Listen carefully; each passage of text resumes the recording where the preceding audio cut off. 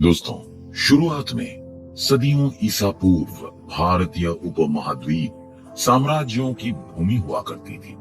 विशेष रूप से भारतीय नंदा साम्राज्य का उत्तरी भाग में विस्तार हुआ, जबकि उसी काल के दौरान सिकंदर महान भी भारत में घुसकर अपना साम्राज्य बनाने में लगा था।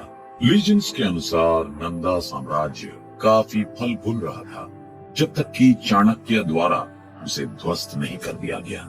वैसे चाणक्य पंडित का नाम तो ऑलमोस्ट सभी लोग जानते होंगे, लेकिन फिर भी चलिए उनके बारे में थोड़ा जान लेते हैं। चाणक्य पंडित एक टीचर, फिलोसोफर, ज्यूरिस्ट और एक व्यवसाय यात्री थे। अपने व्यवसाय के लिए जब चाणक्य पाटलिपुत्र पहुंचे, तब कुछ समय में ही उनकी नंदा साम्राज्य के राजा से अनबन हो गई। धनानंद और चाणक्य के बीच में जो भी कुछ हुआ, उससे चाणक्य काफी परेशान हो गए और इसलिए उन्होंने उन्हें सबक सिखाने का फैसला किया।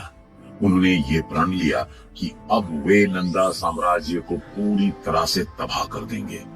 धनानंद को सबक सिखाने के लिए उन्हें कोई ऐसा शख्स चाहिए था जो नंदा साम्राज्य को जड़ से समाप्त करने में सक्षम हो। खैर, नंदा साम्राज्य से निकलने के बाद वे तक्षशिला पहुंचे, जो आज के पाकिस्तान में पड़ता है। वहां पर उन्हें एक इंसान मिला जिसका नाम था चंद्रगुप्त मौर्य।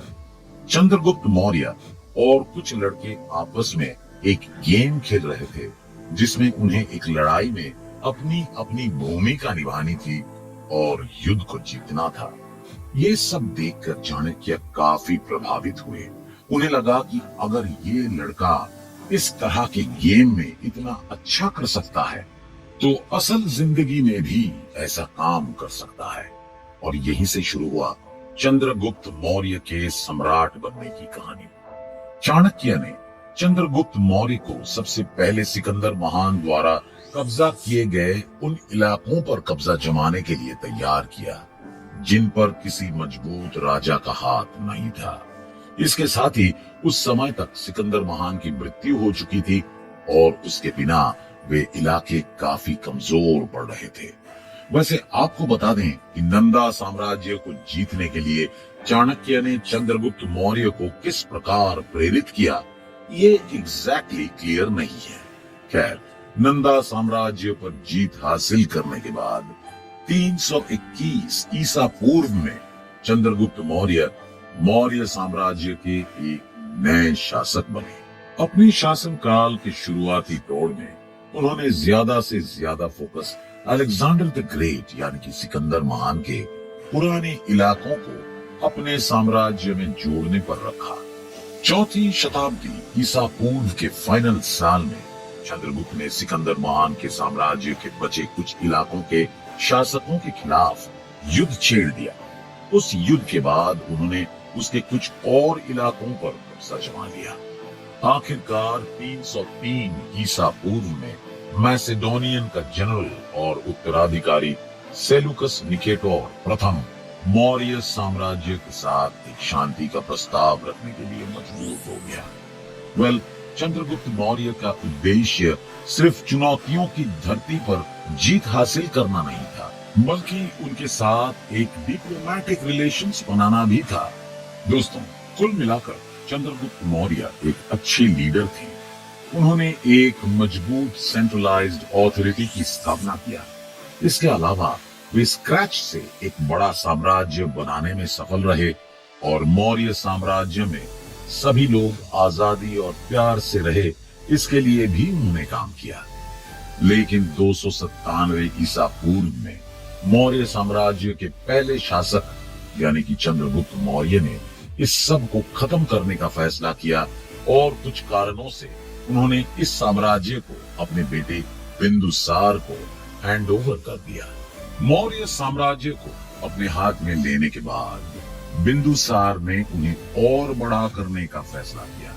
वो मौर्य साम्राज्य को साउथ की ओर बढ़ाने लगे और आज के कर्नाटक तक उन्होंने साम्राज्य का विस्तार किया। इतना ही नहीं, आगे चलकर उनके शासन काल के दौरान ऑलमोस्ट भारत का हर एक हिस्सा मौर्य साम्राज्य के अंदर आ गया। हालांकि तक्षशिला में काफी विद्रोह भी हो रहा था और अपने शासन में वो और अधिक चुनौतियों का सामना नहीं करना चाहते थे, इसलिए उन्होंने सभी विद्रोहों को दबाना शुरू किया। ऐसा कहा जाता है कि उनकी मृत्यु लगभग 270 ईसा पूर्व के आसपास हुई थी। खैर, उनके रहते ही उनके बेटों में सिंहासन को लेकर काफी मतभेद होने लगे थे और कई बार झगड़े भी हुए। लेकिन बिंदुसार के बाद जो अगला राजा बना उसका नाम था अशोक, जिसे सम्राट अशोक और अशोका द ग्रेट के रूप में जाना जाता है।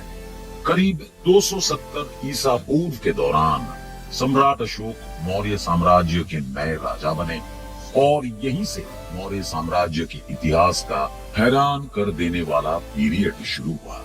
पहली बात तो जब उन्होंने अपने भाइयों के खिलाफ युद्ध करके अपनी क्रूरता दिखाई तो उन्हें भारी संदेह की नजर से देखा जाने लगा। कई लोगों ने पाया कि उनका राजा एक क्रूर राजा है, लेकिन सम्राट अशोक इससे परेशान नहीं हुए और वे अपने लक्ष्य को हासिल करने में बिजी रहे।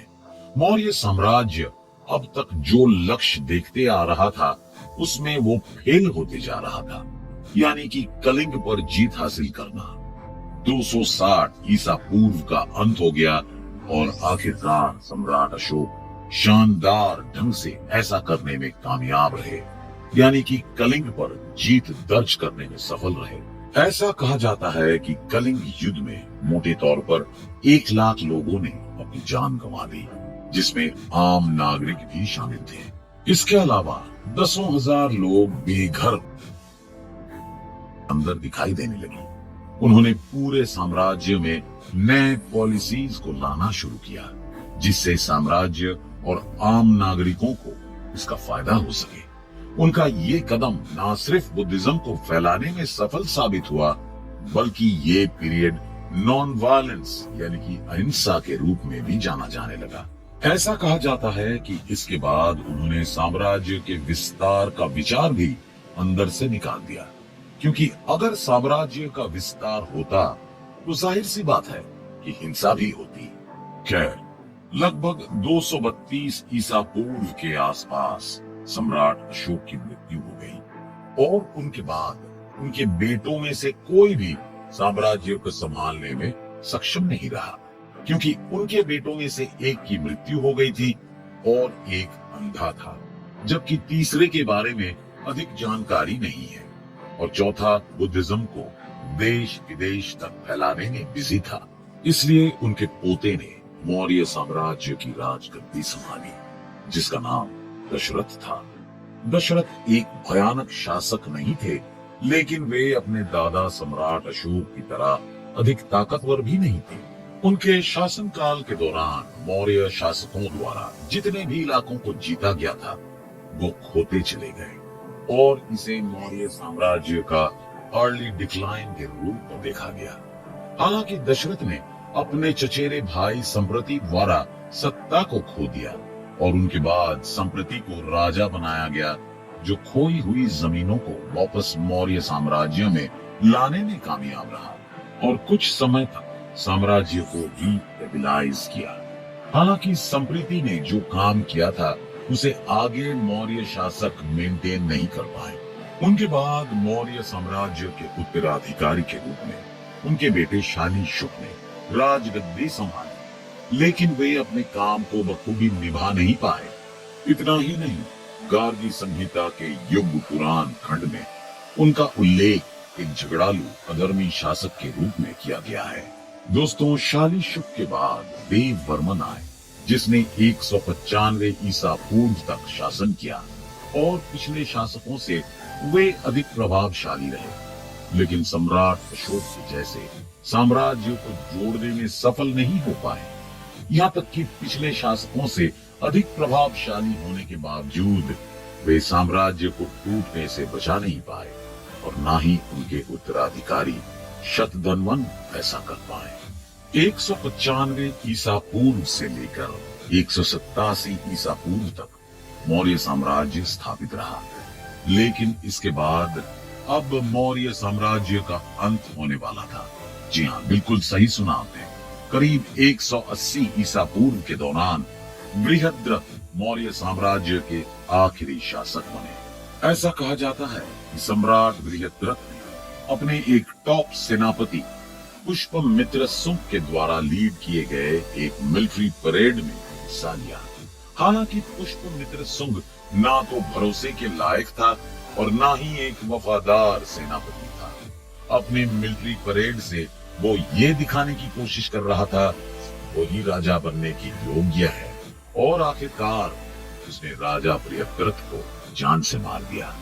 इसके चलते मौर्य साम्राज्य अचानक से ध्वस्त होने के कगार पर खड़ा हो गया। राजा बृहद्रथ की मृत्यु के बाद उसने खुद को राजा घोषित किया और मौर्य साम्राज्य की जगह उसने अपना पुष्पमित्र शुंग साम्राज्य स्थापित किया, और इस तरह मौर्य साम्राज्य का पूरी तरह से अंत हो गया। अनफॉर्चुनेटली टाइम पीरियड और साम्राज्य के अस्तित्व की परिस्थितियों के कारण हम निश्चित रूप से बहुत कुछ नहीं जान सकते। हालांकि कुछ फैक्टर मौर्य साम्राज्य की पतन का कारण रहे होंगे। खैर, सम्राट अशोक सिर्फ एक के लिए नहीं बल्कि सभी के लिए एक हीरो की तरह रहे। हालांकि वे अपने शासनकाल के आगे आने वाले वर्षों में एक कॉन्करर तो नहीं थे, यानी कि कलिंग वॉर के बाद उन्होंने किसी और राज्य को जीतने के लिए युद्ध नहीं किया, और इसके बावजूद उनके साम्राज्य की ओर किसी ने आंख उठाकर भी नहीं देखा। वैसे ये हम सभी जानते हैं कि अपने शासनकाल के शुरुआती दौर में उन्होंने साम्राज्य को बड़ा करने के लिए कई युद्ध लड़े और उन्हें जीता भी। उनकी मृत्यु तक किसी भी एक्सपेंशन को रोक दिया गया था, लेकिन फिर जब कुछ राजाओं द्वारा एक्सपेंशन के लिए काम किया गया तो शायद ये मौर्य साम्राज्य के लिए काम नहीं किया। दोस्तों, मौर्य साम्राज्य पहले से ही एक विशाल और मजबूत साम्राज्य था, जैसा कि अशोक ने सोचा था, और बाद में उसे आगे सिर्फ मेंटेन करने की जरूरत थी। लेकिन मौर्य साम्राज्य में आगे आने वाले लीडर्स ऐसा करने में असफल रहे। सम्राट अशोक के बाद मौर्य साम्राज्य के जितने भी राजा हुए, उनके साथ कोई ना कोई परेशानी रहती ही थी। यहाँ तक कि उनका बेटा राजगद्दी लेने में सक्षम नहीं था। हालांकि उनके पोते कुछ हद तक साम्राज्य के लिए खड़े रहे, लेकिन वे भी एक्सेप्शनल नहीं थे। सम्राट अशोक की मृत्यु के बाद कमजोर शासकों के लिए साम्राज्य को जोड़कर रखना